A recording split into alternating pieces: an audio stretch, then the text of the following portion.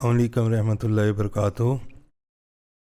जी, आज हम लारावेल के बारे में मज़ीद सीखेंगे। ये पीएचपी का फ्रेमवर्क है और इससे हमने बहुत ज़्यादा काम लेने हैं, क्योंकि ये हमारी डेटाबेस के साथ कनेक्ट होगा और फिर डाटा आगे फ्रंट एंड जो है एप्लीकेशन हमारी जो नेक्स्ट और व्यू के ऊपर मुश्तमिल है, उसको ये डाटा फ्राहम करेगा और फिर उधर से हम अपने पेजेस में वो डाटा जो है वो डिस्प्ले करेंगे। तो लारावेल को सीखने का जो बेहतरीन तरीका ये है कि आपने बहुत ज़्यादा प्रैक्टिस करनी है, क्योंकि इसकी कमांड्स बहुत ज़्यादा हैं और अक्सर भूल जाती हैं। तो इसकी एक तो वेबसाइट पे जो डॉक्यूमेंटेशन है वो बहुत ही अच्छी है। बार बार आपने वेबसाइट पे जाके डॉक्यूमेंटेशन को भी देखना है और साथ खुद प्रैक्टिस करनी है। इसके अलावा इसको सीखने का कोई चारा नहीं है।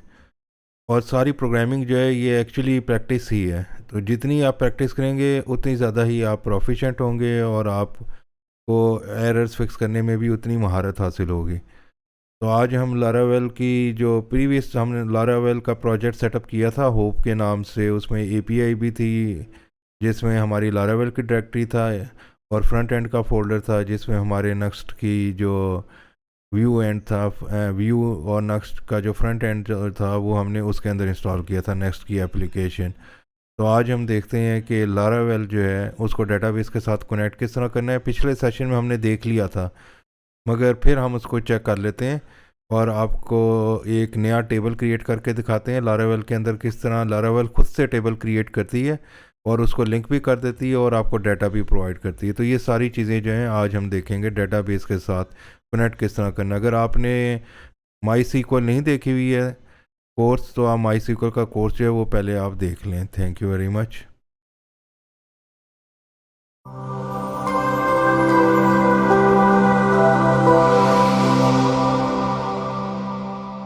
जी, ये मेरा PHP स्टॉर्म में मैंने वो प्रोजेक्ट ओपन कर लिया। आप व्यू स्टूडियो कोड में ओपन कर लें।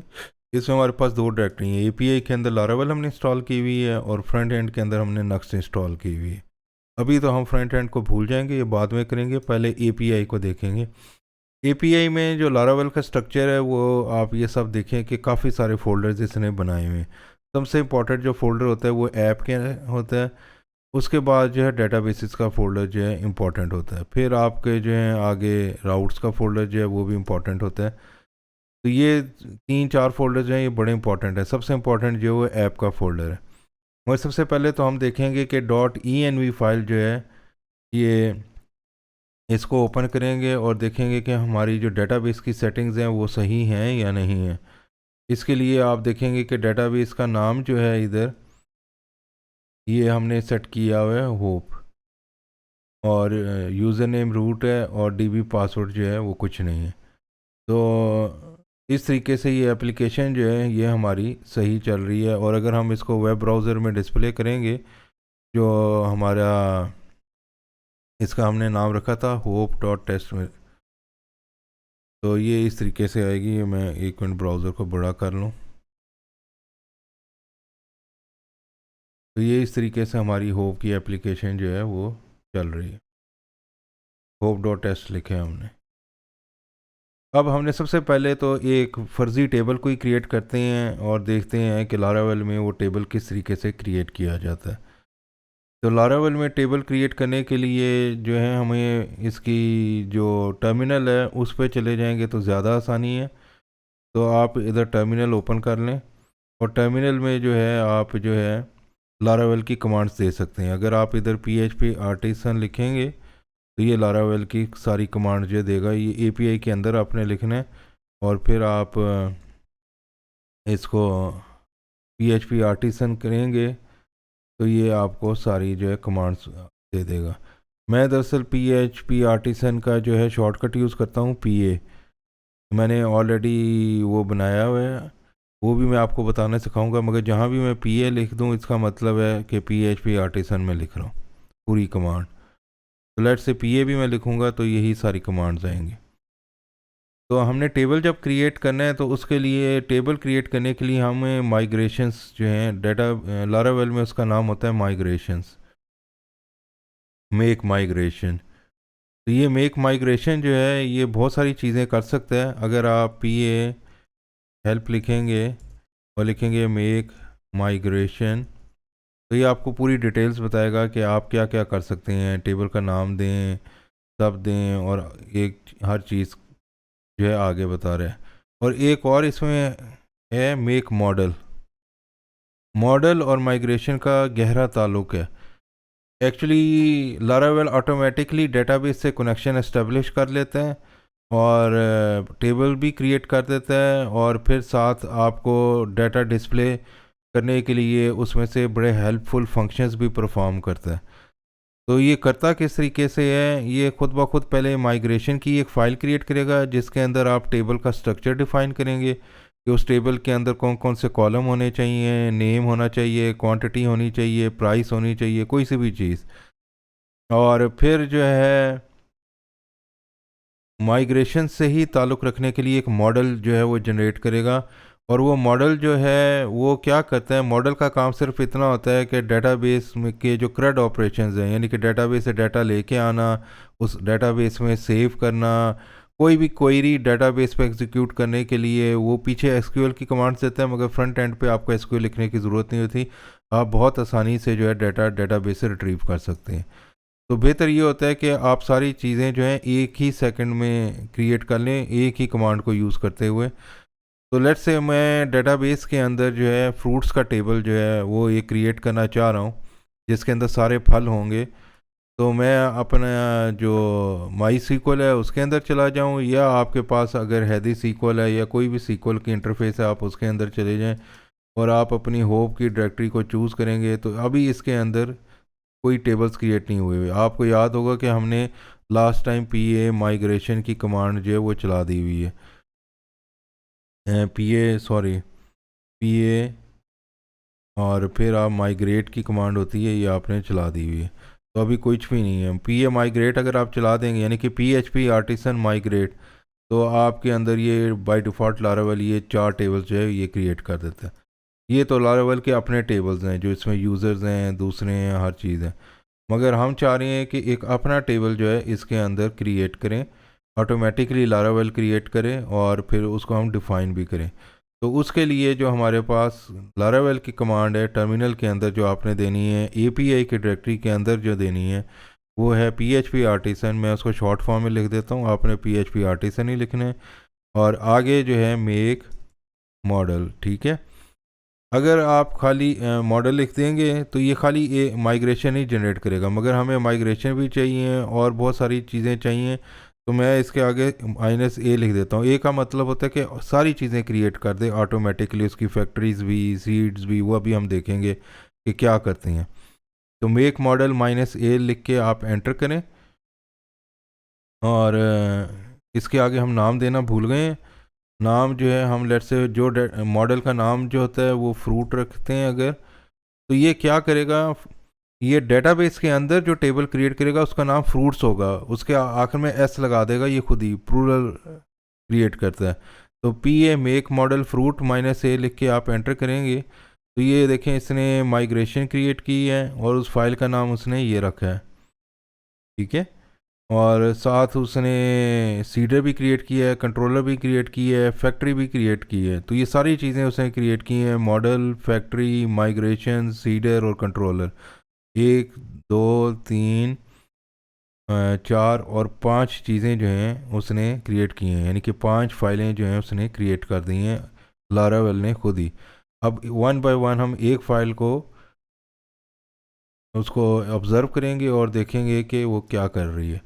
तो इसके लिए हमारे पास जो है, हम प्रोजेक्ट का स्ट्रक्चर खोलते हैं तो उसके अंदर हम देखते हैं कि सबसे पहले तो हम देखते हैं कि ये फ़ाइलें क्रिएट किधर हुई हैं। तो सबसे पहली फ़ाइल जो है ज़्यादातर ताल्लुक जो है उनका डेटाबेस के साथ है। अब डेटाबेस के फ़ोल्डर के अंदर आएंगे, अगर API के अंदर आप डेटाबेस के फ़ोल्डर के अंदर आएंगे तो आप देख रहे हैं फैक्ट्रीज़ हैं, माइग्रेशंस हैं और सीडर्स हैं। ये फैक्ट्री है, माइग्रेशन है, सीडर है। कंट्रोलर जो है वो इस डायरेक्टरी के अंदर नहीं होता, और ना ही मॉडल, वो ऐप के डायरेक्टरी के अंदर होते हैं। तो सबसे पहले माइग्रेशन की फ़ाइल्स को देखते हैं जो इसने क्रिएट की हैं। तो आप ये देखेंगे एक नई फ़ाइल इधर ऐड हो गई हुई है, क्रिएट फ्रूट्स टेबल। अगर आप इस फाइल को ओपन करते हैं, क्रिएट्स फ्रूट टेबल की फ़ाइल को, तो आप इधर ये देखेंगे कि इसने लिखा हुआ है कि run the migrations create fruits table. इसमें क्या है, इसने पहले ही डिफाइन कर दिया हुआ है कि टेबल में एक आईडी होनी चाहिए, और टाइम स्टैम्प्स का मतलब है कि दो और फील्ड होने चाहिए टेबल के अंदर जिनका नाम होगा क्रिएटेड एट और अपडेटेड एट। तो ये ऑटोमेटिकली जनरेट कर देता है ये कमांड। अब हमने फ्रूट्स का नाम भी रखना है टेबल के अंदर, हम अपना फील्ड ऐड करने चाह रहे हैं तो टेबल, और फिर आगे जो है ये आपको कई ऑप्शंस देता है कि आपका जो है जो नाम है वो क्या है, स्ट्रिंग है, इंटीजर है, बूलियन यानी कि ट्रू फॉल्स है, उसके कॉरस्पॉन्डिंग ये माई सीक्वल डेटाबेस के अंदर फील्ड्स खुद ही क्रिएट कर देते हैं, कॉलम्स। तो लेट्स से मैं स्ट्रिंग रखना चाह रहा हूँ और फ्रूट का कोई ना कोई नाम रखना चाह रहा हूँ, और उसकी लेंथ जो है मैक्सिमम 30 में रखना चाह रहा हूँ। तो इसके आगे जो है मैं लेंथ नहीं रखना चाह रहा। इसी तरह टेबल के अंदर जो है मैंने उसकी प्राइस भी सेव करनी है। तो जैसे हम डेसिमल उधर यूज़ कर सकते थे तो इधर भी आप डेसिमल यूज़ कर सकते हैं, और लेट से 8,2 में रख देता हूँ। मगर ये कॉलम का नाम पहले रखना है आपने, नाम जो है उसका लेट से प्राइस पहले होगा, ठीक है, और फिर जो है टोटल जो है 8 डिजिट्स होंगे और प्लेसेस डेसिमल प्लेसेस 2 होंगी हमारे पास। ये PHP स्टॉर्म है इसलिए ये कॉलम वगैरह ये बताता रहता है, ये बड़ा इंटेलिजेंट एडिटर है। तो इसी तरह अगर आपने, ये आप परेशान ना होइएगा कि ये कॉलम किधर से आ रहा है, ये ऑटोमेटिकली PHP बता रहा, PHP स्टॉर्म बता रहा होता है।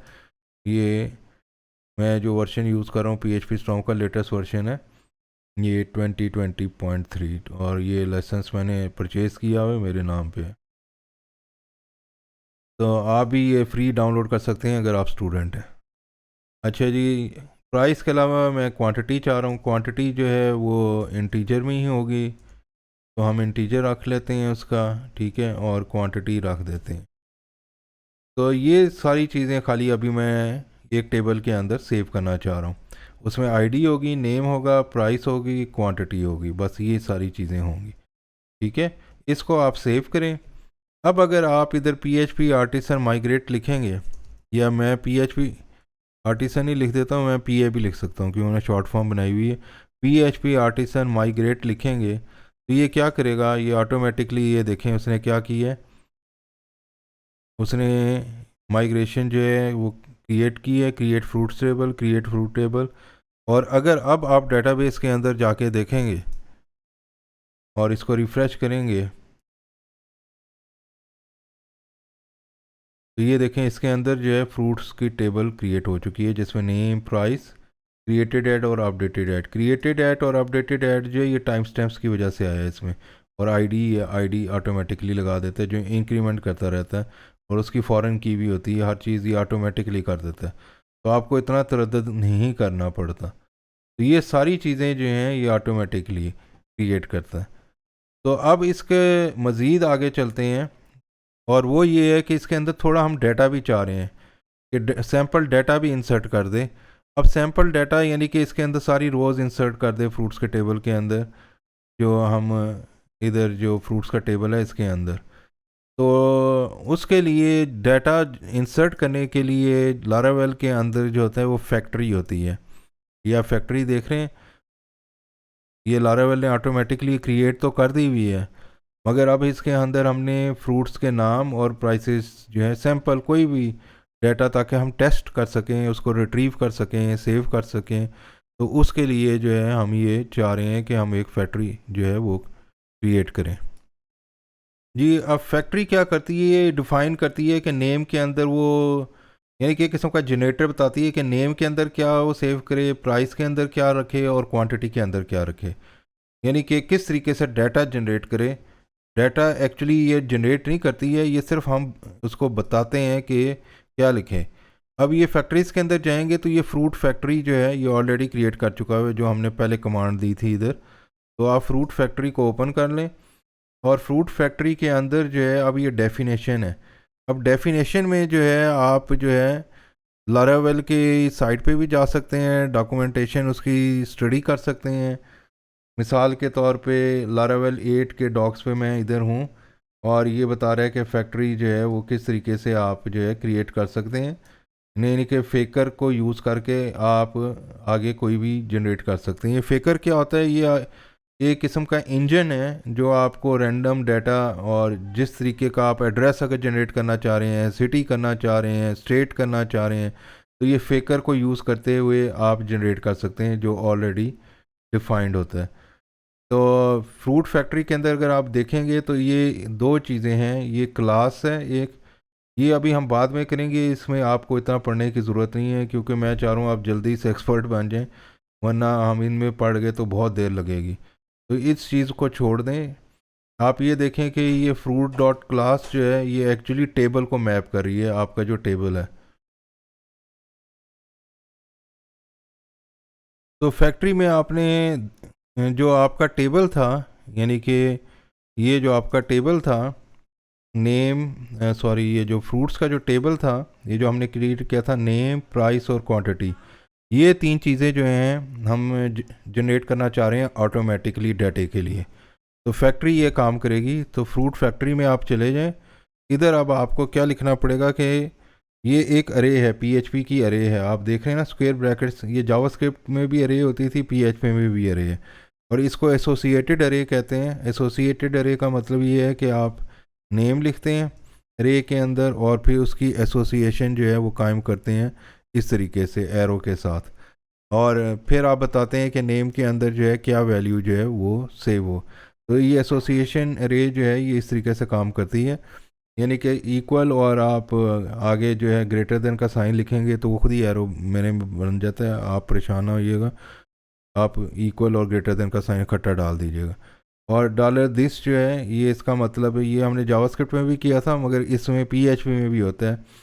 इसके लिए थोड़ी आपको पीएचपी जो है ना आनी चाहिए। मैं पीएचपी के कोर्स में नहीं जा रहा, डिटेल से नहीं आपको सिखा रहा, पीएचपी कहीं से भी सीख सकते हैं और क्लासेस के बारे में जान सकते हैं, मगर वो हम बाद में करेंगे।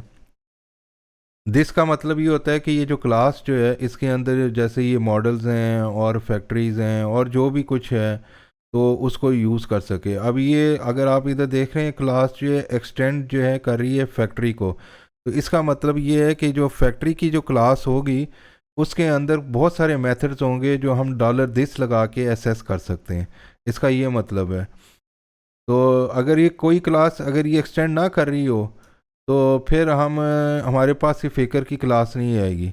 अभी ये फेकर की क्लास जो है हमारे पास आ रही है क्योंकि ये फैक्ट्री के अंदर डिफाइंड है ऑलरेडी। अगर ये नहीं होगी तो फिर ये नहीं आएगी। इसी तरह अगर आपने ये this dot dollar this dot ये जो है ऊपर मॉडल को एसेस करना है वो भी आप कर सकते हैं, आप मॉडल लिख दें। मगर जब मॉडल लिखते हैं तो फिर डॉलर का साइन नहीं लगाते, ऊपर डिफाइन करते तो लगाते हैं मगर डॉलर दिस के साथ नहीं लगाते। इस तरीके से आप कर सकते हैं। तो फेकर की ऑलरेडी जो है क्लास डिफाइंड है क्योंकि ये क्लास जो है हमारी एक्सटेंड कर रही है फैक्ट्री को। तो फैक्ट्री के अंदर जो जो मेथड्स और जो वेरिएबल्स और फंक्शन जो भी हैं वो हमारे अवेलेबल हैं इसके अंदर। तो फेकर के अंदर जो है फेकर जो है इट्सल्फ एक यानी कि ऑब्जेक्ट है। तो इसके मेथड को असेस करने के लिए जो है अब हम कोई सा भी नेम जो है वो लिख सकते हैं और आप बता भी सकते हैं कि वो कितने करेक्टर्स का हो या खाली नेम हो या जो भी नेम है वो जनरेट कर दें। तो ये हमारा एक फ़र्ज़ी नेम जो है कोई सा वो जनरेट करके देगा हमें, और वो नेम की एसोसिएशन जो है एसोसिएटेड अरे जो है यानी कि नेम जो है और उसके साथ ये वैल्यू अटैच होगी। जैसे आप जेसन की ऑब्जेक्ट करते थे ना पीएचपी में एसोसिएटेड अरेज होती हैं, बस उसमें तो कॉलन होता था, इसमें इस तरीके से होता है। तो ये किस्म की ऑब्जेक्ट टाइप ही है मगर ये अरे है, और अरे ऑफ अरेज भी पीएचपी में होती हैं। अच्छा, फिर हमारे पास क्या थी, प्राइस। प्राइस जो है वो भी हम डॉलर दिस फेकर से फ़र्ज़ी कोई प्राइस जनरेट करेंगे, ठीक है। अब फेकर जो है इसके लिए ज़रूरी नहीं है कि आप फेकर ही यूज़ करें। अगर तो फेकर में आप पीएचपी के अपने भी रैंडम का फंक्शन होता है और आप उसको यूज़ कर सकते हैं। मिसाल के तौर पे रैंडम जो है वो आप वैल्यूज़ जनरेट करना चाह रहे हैं 100 टू लाइक 500 या 50 से कर लें, रैंडम वैल्यू जो है वो कोई जनरेट कर दें। ये PHP स्टॉर्म जो है ये बताता रहता है कि आप कोई और रैंडम का फंक्शन भी यूज़ कर सकते हैं, तो इसलिए हाईलाइट कर रहा है। तो अब क्वांटिटी जो है वो हम लिख देते हैं, क्वांटिटी भी रैंडमली कोई जनरेट कर दे। ये PHP का फंक्शन है रैंडम, और इसमें आप मिनिमम और मैक्सिमम वैल्यू जो है वो दे सकते हैं। तो लेट्स से रैंडम इंटीजर कर लेते हैं इधर, और ये क्वांटिटी जो है हमारी ये 5 से लेट्स से 20 तक हो जाए। और PHP की जो अरे की जो एसोसिएशंस होती हैं वो कॉमा से सेपरेट होती हैं, ठीक है। तो ये सारी चीज़ें जब आपकी डिफ़ाइन हो जाएंगी, नेम, प्राइस और क्वांटिटी, तो आपकी फैक्ट्री जो है वो डिफ़ाइन हो गई। मगर ये अभी फैक्ट्री डिफ़ाइन हुई है, इसको एग्जीक्यूट करने के लिए अब हमें सीडर में जाना पड़ेगा। तो ये फ्रूट के अंदर, ये इधर लेफ़्ट साइड पे आप देखेंगे फ्रूट सीडर के फोल्डर के अंदर आपके पास फ्रूट सीडर है, ठीक है। फ्रूट सीडर के अंदर आप जाएं, अब इसको आप रन कर सकते हैं। फ्रूट सीडर को रन करने का तरीका जो है वो, अच्छा जी, अब सीडर के अंदर जो है हमने क्या लिखना है, हमने बताना है कि जो हमारी फैक्ट्री थी उसको रन करे, और यानी कि लेट्स से 50 जो है फ्रूट्स की जो रोज़ जो हैं वो जनरेट कर दें यूजिंग डेट सैम्पल डाटा। तो इसके अंदर जो है एक अब कॉन्सेप्ट है लारावेल के अंदर, वो है मॉडल का। मॉडल जो होता है ये एक फ़ाइल होती है जिसका डायरेक्ट ताल्लुक होता है पीछे डेटाबेस के टेबल के साथ। अगर आपका डेटाबेस का टेबल फ्रूट्स के नाम से यानी कि एस लगा हुआ है, तो मॉडल का नाम हमेशा फ्रूट होगा। और वो मॉडल जो एग्जिस्ट करते हैं वो ऐप के फोल्डर के अंदर, मॉडल्स के अंदर आपका ये फ्रूट का मॉडल है। तो ये फ्रूट का मॉडल का जो ताल्लुक जो होता है ये डायरेक्ट आपके जो बैक एंड का जो डेटाबेस का टेबल है उसके साथ लारावेल ऑटोमेटिकली बना देती है। और जब हमने एक मॉडल किया था तो ये फ्रूट की फाइल जो है उसने ऑटोमेटिकली क्रिएट कर दी थी। तो अब उस डेटाबेस सीडर में जो है हम इस मॉडल को यूज़ करेंगे कि ताकि उसको बताएंगे कि ये टेबल है जिसको आपने सैम्पल डाटा से जनरेट करना है और फैक्ट्री को यूज़ करना है। तो उसकी कमांड क्या है, मॉडल को यूज़ करने के लिए जो है हम मॉडल का नाम देंगे फ्रूट। आपको बताया ना कि ये अगर इसका फ्रूट का मतलब है कि डेटाबेस का जो टेबल होगा इसके पीछे वो फ्रूट्स होगा और लोअर केस। मगर ये इसका जो लारावेल की कन्वेंशन है कि ये इसका पहला लेटर जो है वो कैपिटल होता है, मगर डेटाबेस में सारा लोअर केस होगा और एस भी लगा होगा, प्लूरल होता है। तो इसको आप इस तरह लिखते हैं क्योंकि ये फ्रूट की क्लास है। अगर आप देखेंगे मॉडल्स में जाके क्लास को हमेशा 2 डॉट से डिनोट करते हैं। अगर आप इधर देखेंगे ना तो ये क्लास फ्रूट लिखा हुआ है आगे। एक्सटेंड मॉडल का है कि ये एक और क्लास से एक्सटेंड हो रही है, यानी कि मॉडल की फंक्शनैलिटी भी फ्रूट के अंदर आ जाए। और फिर इधर यूज़ हैज़ फैक्ट्री है, ये बाद में देखेंगे। मगर फ्रूट सीडर पे अगर आप जाएंगे तो ये अब आप बड़ी आसानी से इस क्लास को यूज़ कर सकते हैं और अपनी फैक्ट्री को जनरेट करने के लिए आपको कोई कमांड भी नहीं देनी पड़ेगी। आपको सिर्फ लिखना पड़ेगा कि फैक्ट्री को यूज़ करें, और फिर आपको कमांड देनी पड़ेगी कि काउंट, यानी कि कितने आपने डाटा जनरेट करना है, और फिर आगे आपने बताना है कि उसको क्रिएट कर दें। तो ये सारी चीज़ें जो हैं ये अब फ्रूट, मसला ये कि इसको किस तरह पता चले फ्रूट, आपको इसको इंपोर्ट करना पड़ेगा ऊपर। अगर मैं इसको राइट क्लिक करूँगा, इंपोर्ट क्लास करूँगा, तो ये देखें यूज़ ऐप मॉडल्स फ्रूट उसने इंसर्ट कर दिया है ऊपर ऐप के अंदर, मॉडल्स के अंदर, और ये फ्रूट की क्लास, ये इसको पाथ बताता है। यूज़ का मतलब होता है कि इसको पाथ बताए, और वो पाथ जो है वो बताया उसने कि ऐप मॉडल्स फ्रूट के अंदर। ये ऐप कैपिटल क्यों है, ये PHP की कन्वेंशंस होती हैं कि हर फोल्डर का नाम का जो पहला हरूफ है वो कैपिटल ही होता है। तो इस तरह ऐप मॉडल्स फ्रूट, तब उसको पता चल जाएगा कि अच्छा ये फ्रूट की क्लास मैंने इधर ढूंढनी है, वरना ये एरर दे देगा आपको। और फिर फ्रूट के अंदर फैक्ट्री कहाँ से आ गया, हमने तो कोई मेथड फैक्ट्री का लिखा हुआ ही नहीं था उधर। तो अगर आप मॉडल्स में जाएंगे तो आप ये कमांड देख रहे हैं यूज़ हैज़ फैक्ट्री, इसका ये ट्रेड्स होते हैं, इसका मतलब है कि इसको इंक्लूड करें, हैज़ फैक्ट्री के ट्रेड को इंक्लूड करें। ये बिल्ट इन फंक्शन है लारावेल का ट्रेड्स का, और लारावेल के अंदर ट्रेड्स बनी हुई हैं। इसका मतलब ये है कि जब आप ये कमांड इधर दे देते हैं तो इसका मतलब ये है कि ना सिर्फ मॉडल्स की मेथड्स बल्कि जो हैज़ फैक्ट्री जो है उसके अंदर भी जो भी मेथड्स और वेरिएबल्स हैं उनको भी वो यूज़ कर सकता है। तो इस वजह से जब हम फ्रूट सीडर के अंदर आगे मेथड का नाम देते हैं तो ये यूज़ हैज़ फैक्ट्री है। अगर आप वो यूज़ हैज़ फैक्ट्री निकाल देंगे तो ये मेथड अवेलेबल नहीं होगा, और अगर आप क्लास के आगे उसका मेथड का नाम लिखेंगे उसको रन करने के लिए तो वो काम नहीं करेगा। और फिर उस मेथड के अंदर जो है आगे आप मज़ीद उसके मेथड्स हैं कि आप काउंट करें और फिर यानी कि क्रिएट कर लें, ये सारे जो हैं उसके अंदर जो हैं फैक्ट्री ट्रेड के अंदर जो हैं वो डिफ़ाइन हुए हुए हैं। अगर आप फ्रूट में जाएंगे तो ये देखें, ये उसने कहा है कि ये फैक्ट्री ट्रेड जो है ये इसको कहाँ से मिले, ये ऑलरेडी लारावेल ने डिफ़ाइन किया हुआ है इसके अंदर। अगर मैं इसके ट्रेड के अंदर चला जाऊंगा हैज़ फैक्ट्री, ये लारावेल का अपना कोड है, इसमें आपको जाने की ज़रूरत नहीं है। तो ये आप देख रहे हैं कि ये फैक्ट्री डिफ़ाइन कर रहा है, न्यू फैक्ट्री है, फिर उसके अंदर जो है काउंट हैं, स्टेट हैं, और भी बहुत सारे पैरामीटर्स हैं। ये फैक्ट्री किधर से ले रहा है, ये फैक्ट्री जो है ये, और यानी कि मज़ीद इसके अंदर ड्रिल डाउन करते चले जाएंगे तो ये देखें इसके अंदर अपने मेथड्स हैं, मॉडल है, काउंट है, स्टेट है, हैज़ है, कनेक्शंस हैं, फेकर है जो हम यूज़ करते रहे हैं, और बहुत सारे मेथड्स हैं जो ये आप यूज़ कर सकते हैं। ये सारे के सारे फैक्ट्री के अंदर डिफ़ाइन हुए हैं, क्रिएट, मैनी, क्रिएट, सारे मेथड्स हैं जो फैक्ट्री के अंदर डिफ़ाइन हुए हैं। तो ये एक आपको बताया कि ये किस तरीके से फ्रूट फैक्ट्री जो है उसको यूज़ करेंगे हम। और ये फ्रूट सीडर के अंदर हमने सिर्फ ये एक सिंगल लाइन की कमांड देनी है, फ्रूट फैक्ट्री काउंट 50 क्रिएट, और ये ऑटोमेटिकली क्रिएट कर देगी हमारा सैम्पल डाटा, क्योंकि हम फैक्ट्री डिफ़ाइन कर चुके हैं ऑलरेडी, और वो फैक्ट्री जो है वो फ्रूट फैक्ट्री है, वो खुद ब खुद उसको यूज़ कर लेगा। ये हमें बताने की ज़रूरत नहीं। क्यों नहीं बताने की ज़रूरत ही है, क्योंकि आप इधर देखेंगे कि हम इधर डिफ़ाइन कर चुके हैं कि ये फैक्ट्री किसके साथ एसोसिएटेड है, फ्रूट के मॉडल के साथ, फ्रूट क्लास से लिखा हुआ। ये मॉडल प्री डिफाइंड वेरिएबल है जो लाजमी चाहिए, इस वजह से ये एसोसिएशन कायम है, और वो खुद ब खुद देख के सैम्पल डाटा जो है आपका जनरेट कर लेगी। जी, अब ये फैक्ट्री भी हमने डिफ़ाइन कर ली और फ्रूट का सीडर में हमने ये लाइन भी लिख दी। अब आखिरी कमांड रह गई है और वो है डेटाबेस सीडर। डेटाबेस सीडर जो है इसमें अब हम रखेंगे कि ये फ्रूट का सीडर जो है इसको वो चला दे।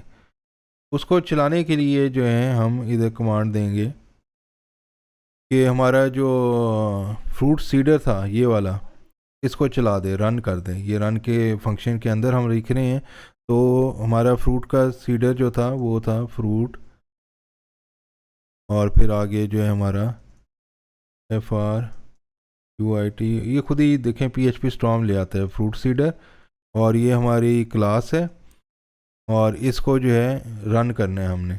ये ऊपर से अभी हम निकाल देते हैं, इसकी ज़रूरत नहीं है, या ये पढ़ा रही, ये कमेंट हुआ हुआ है, इसका मतलब है कि ये एग्जीक्यूट नहीं होगा। मगर इधर हमें बताना पड़ेगा कि फ्रूट सीडर कौन चलाए इसको, तो इसी के अंदर फंक्शन होता है डेटाबेस सीडर के अंदर कॉल का, दिस कॉल, और इस कॉल के अंदर जो है हम मुख्तलिफ सीडर्स कॉल कर सकते हैं एज एन जो अरे की सूरत में। तो ये फ्रूट सीडर जो है इसको हम निकाल देंगे, इधर से कॉल करें किसको, फ्रूट सीडर को, और इसको एग्जीक्यूट कर दें। ठीक है, ये फंक्शन जो है ये एक्सटेंड जो सीडर है उसके अंदर हमारे पास जो है ये कॉल का फंक्शन भी अवेलेबल है। तो इस वजह से मैं कहता हूँ कि लारावेल को सीखने के लिए बहुत सारी चीज़ें जो हैं आपको प्रैक्टिस करनी पड़ती हैं कि सीडर के अंदर क्या चीज़ है जो इसको कॉल करेगी। आप डायरेक्ट इधर फैक्ट्री का कोड भी लिख सकते थे जैसे हमने सीडर के अंदर जाके लिखा है, मगर लार्ज प्रोजेक्ट्स में हम ये डायरेक्ट इधर भी लिख सकते थे, यानी कि हमें ज़रूरत नहीं है, हम यही कॉपी करके हम डेटाबेस सीडर के अंदर लिख देते और फ्रूट सीडर को कॉल ना करते। मगर लार्ज प्रोजेक्ट्स में बहुत बड़ा हो जाता है और हमें कई सीडर्स रन करने पड़ते हैं, 20-30 सीडर्स, तो इस वजह से हम बस इधर फिर सीडर्स को कॉमा सेपरेट करके दे ही जाते हैं। लेट्स से वेजिटेबल सीडर लैदा होगा, एक वेजिटेबल का टेबल होगा, तो इस तरह हम दे सकते हैं। और भी यानी कि क्लासेस आप डिफ़ाइन करते जाएं, सीडर्स डिफ़ाइन करते जाएं, और कॉमा अगर हम लगा देंगे तो एरर नहीं देगा, बल्कि अच्छा होता है हर साथ कॉमा लगा दिया करें। तो अब हम ट्राई करते हैं इसको एग्जीक्यूट करने की। PHP आर्टिसन DB सीड लिखें और चलाएं इसको। और ये इसने आप कह के सीडेड क्या कह रहा है, डेटाबेस सीडेड फ्रूट सीडेड और डेटाबेस सीडिंग कंप्लीटेड सक्सेसफुली। तो इसका मतलब है कि हमारे पास टेबल में जो है 50 रोज़ जो हैं वो आ गई होंगी।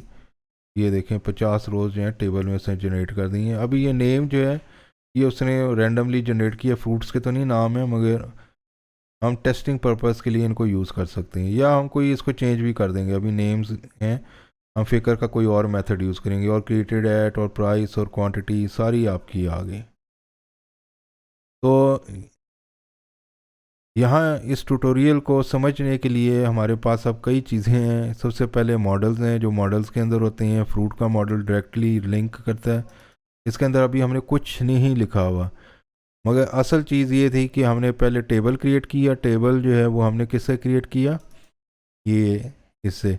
और जो सबसे इम्पोर्टेंट कमांड जो हमने रन की थी वो आपको याद ही होगा, वो हमने रन की थी माइग्रेशंस को रन करने के लिए, यानी कि PAP make migration make model, और आगे -1 ऑप्शन दे दिया था कि सारी फाइलें क्रिएट कर दें हमारे लिए, बस हम जाके उसके अंदर एडिट करें। और ये चीज़ें जो हैं ये हमने खुद से एंटर की थी टेबल क्रिएट करने के लिए। फिर हमने फैक्ट्री डिफ़ाइन की कि उसका फेकर नेम जो है वो क्या है। अब फेकर के अगर आप और मैथ देखना चाह रहे हैं, PHP स्टॉर्म और मेरे ख्याल में Visual स्टूडियो कोड भी दे देगा, तो ये देखें आप कोई से भी फेकर के मेथड जो हैं वो यूज़ कर सकते हैं। सेंटेंस, एड्रेस, AM PM, ये सारे फेकर के मेथड्स हैं जो आप यूज़ कर सकते हैं। सिटी यूज़ कर लें, colour name, company name, country, credentials, ठीक है, करेंसी, डेट, ये सारे फिकर के आगे आप यूज़ कर सकते हैं। ये बहुत सारे मेथड्स हैं, ये लाइन लगी हुई। डोमेन नेम्स भी आप यूज़ कर सकते हैं, ईमेल आप यूज़ कर सकते हैं, फाइल है, फर्स्ट नेम है, कलर की वैल्यू अगर आपने यूज़ करना है, कोई URL है इमेज का वो आपने डालना है। ये जस्ट यानी कि वो हैं आपके जो सैम्पल जनरेटर्स हैं जो आप यूज़ कर सकते हैं। ये सारे मैक एड्रेसेस जो IP एड्रेसेस हैं, दूसरे मंथ है, और पैराग्राफ्स भी आप यूज़ कर सकते हैं, टेक्स्ट के, फ़ोन नंबर, पोस्ट कोड, और real text, safe email, sentences,